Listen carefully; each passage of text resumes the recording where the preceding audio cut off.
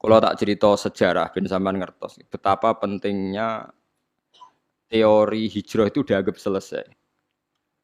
Ketika Fathu Mekah, kalau cerita itu tidak bosan-bosannya. Ketika Fathu Mekah itu tahun 10 Hijriah, disempurnakan oleh Abu Bakar. Klimaknya itu Mekah benar-benar dikuasai Sayyidina Umar. Sistem negara sudah jalan, negara dalam kendali Umar. Niku konco-koncone Sayyidina Umar sing asli Mekah niku disurati. Yang sudah hidup di berbagai daerah. Ada yang zaman itu teng Azerbaijan, teng Tajikistan. Sing nanti suatu saat nanti jadi daerahnya Imam Bukhari yang terkenal Al-Jami' Shahih sing aran kitab Bukhari, anak turunin. Mbok kamu sekarang ke Mekah saja. Karena sholat di Masjid Haram itu sebagaimana 1000 nopo sholat di masjid yang lain. Dan Mekah sekarang aman. Iki rungokno tenan. Mekah sekarang apa? Aman. Dan beberapa sahabat yang kelas 2, kelas 3 yang tidak akabiri sahabat. Banyak juga yang pindah ke Mekah. Apa yang terjadi? Di Mekah bangga mereka karena fi ardil haram. Baitullah. Tapi apa yang disarankan oleh sahabat-sahabat senior kayak Salman Al-Farisi? Dimatikan teori itu. Memang Mekah kota suci. Dan sholat di masjid Mekah sama dengan 1000 sholat. Tapi ilamu annal ardo lam utaqaddis ahadan. Kamu harus tahu bumi itu tidak bisa mensucikan orang.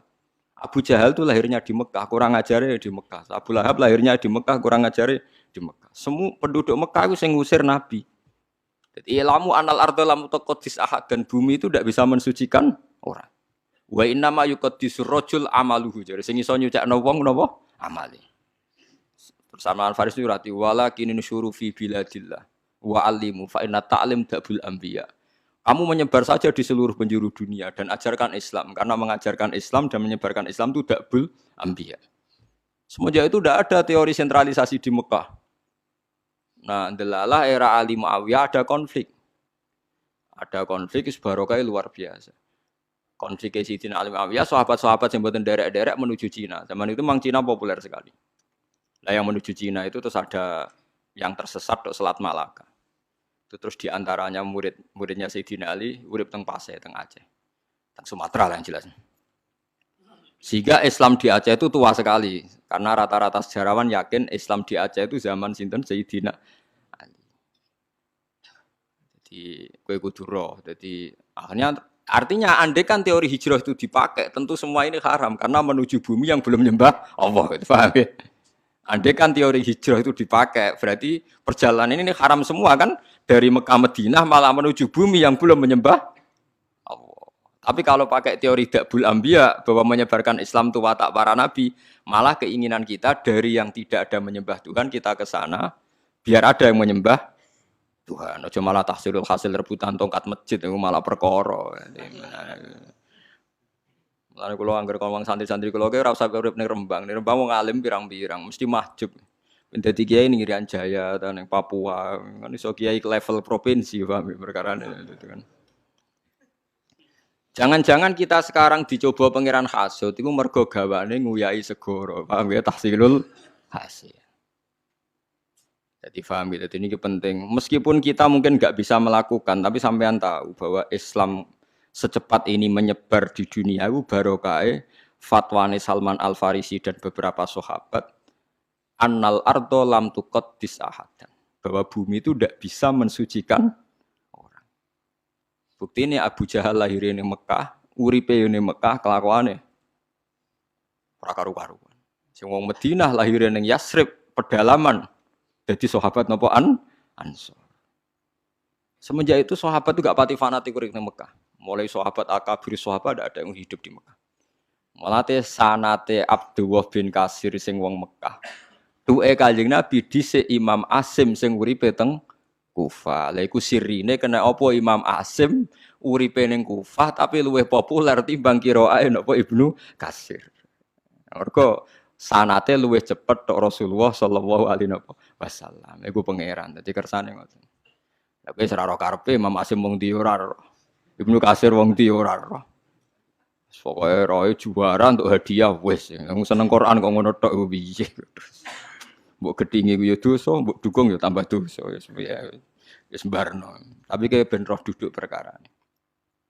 Paham ya terus kula suwun Enggak boleh menafsirkan Quran kecuali dengan hadis sahih. Hadis sahih paling masyhur di Bukhari Muslim itu memang Nabi berkali-kali ngendikan la hijrata ba'dal fathi walakin jihadun wa niyatun. Nah, begitu juga sekarang ke mall misalnya, orang ngajak anak cucunya ke mall atau ngajak ponakane marung ning warung rodo enak. Itu juga termasuk jihad dan niat. Ketika sudah menanamkan kalimat tauhid. Saya pernah baca, memang saya benar-benar baca kitab, buatan akal-akalan kulo. Ada seorang wali yang akan jadi wali terus sampai mati. Ketika tausiah alal ahli, agak longgar pada keluarga. Misalnya begini, ini yang saya alami mawon nggih, mboten saya nyontokno wong liya, sing kula alami.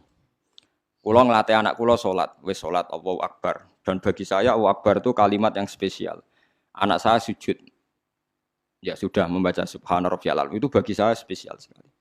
Tentu kalau sampean memang mukmin betul, mukmin sejati, kamu nggak usah pakai status itu anak kamu, sebenarnya mangan tau ora itu goblok ya, enggak. Itu bodoh sekali kalau kamu pakai status itu. Ini anak saya sudah bisa melafadzkan kalimat thayyibah, yaitu Allahu Akbar. Sudah bisa sujud. Ini spesial. Sesuatu yang spesial itu harus dipertahankan. Caranya gimana? Minimal seorang anak itu jangan kecewa sama bapaknya. Nah, anak senangi jajan ya jajan. Nak senengi mangan enak, kayak mangan enak. Tapi semuanya ini demi mengawal kalimat tauhid dan kebenaran-kebenaran Islam yang kamu tanamkan. Jangan sampai kamu jadi kiai zuhud yang anak dikekang, kemudian anak ini pertama numpak sepeda motor disilai kancane sing ra salat. Pertama nyetel tip disilai tanggane sing ra salat. Sampai anak itu terus ngidolakno keluarga sing tidak salat karena lebih sehat kata dia. Sistem ndekne bar magrib untuk TV haram, dolanan haram. Anaknya trauma. Tua-tua anak nakal, mergo mulai cilik ora tau ngidolakno napa bapak. Nah, ini di sini sirinya kenapa semua nabi itu melonggar anaknya. Kanjeng Nabi niku nak salat niku ditumpaki Hasan Husain. Nggih mendel mawon. Dijak salat padahal dijak numpaki Kanjeng Nabi nak pas sujud. Bahkan kabeh ulama rawi mengatakan ketika malaikat Jibril janjian ambek Nabi mboten saged masuk karena ning solowongan tempat sarine Nabi wonten jiruan. Jiruan niku kirek. Anak asu cara mriki lho. Kirek. Jiruan niku asu. Mergo Hasan Husain niku dolanan napa? Asu. Saiki mulane anak kula niku dolanan pitik, dolanan wedhus mlebu kamar ra tak amuk. Ijek enteng dhewe dhisik Hasan Husain niku dolanan asu. Tapi itu tadi, berangkatnya adalah ngawal tauhid. Jangan sampai anak kita ini kecewa oleh kita. Padahal kita tahu dia sudah punya sesuatu yang spesial, yaitu kalimat nopo tauhid. Lagu sing disebut wa ja'alaha kalimatam baqiyatan fi aqibihi la'allahum yarji'un. Kowe nak pancen nabi tenan, ulama tenan. Kalimat tauhid harus kamu jadikan kalimat yang abadi fi aqibih dalam turunan. Itu yang dilakukan Nabi Ibrahim. Makanya Nabi Ibrahim dikatakan bapak tauhid karena dia obsesinya satu. Pokoknya kalimat tauhid harus menjadi kalimat sing abadi fi aqibi ning turunane Ibrahim. Ngeri Nabi Ibrahim. Ismail gak paham apa-apa blas, tapi tidak bangun Ka'bah. Padahal dia tidak paham. Aris sing sekarang jadi hijir Ismail. Kabeh ulama mulai Aris iku dhisik nggon nyancange wedhus Ismail. Ismail ora roh nek iku kota suci. Jadi sing sekarang hijir Ismail dhisik Aris. Omah-omahan nggon wedhuse sinten? Ismail. Ibrahim ora ngloro cung iki kota suci, meneng ae lek mergo saking moh ngecewakno napa. Tapi lagi-lagi saya itu sendirian. Kulo nu hormat be anak, tapi iki diloroi. Bahkan keluarga saya yang lebih tua dibanding saya ngloroi. Anak kok mbok manja mari ngelama. Padahal saya itu tidak pernah manja anak. Pikiran saya itu sederhana. Saya pasti mati. Setiap saat saya mati. Dan yang meneruskan tauhid itu pasti anak saya karena saya mati.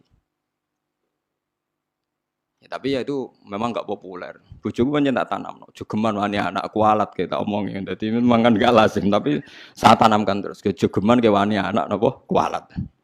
Umumnya orang kan bilang anak jawani wong tua kualat. Ra iso cara anak iku urung mukallaf. Jadi gak bakal kualat nek wani kuwe wong rong kena hukum. Artinya statusnya dia tidak punya dosa kan indah wah. Kowe dosa wis beb. Jadi cara kula wong tua wani anak sing kualat ora kok. Anak wani wong tua. Dan ini ada aliran sesat, ini yang benar itu menurut saya. Karena anak belum mukallaf kan?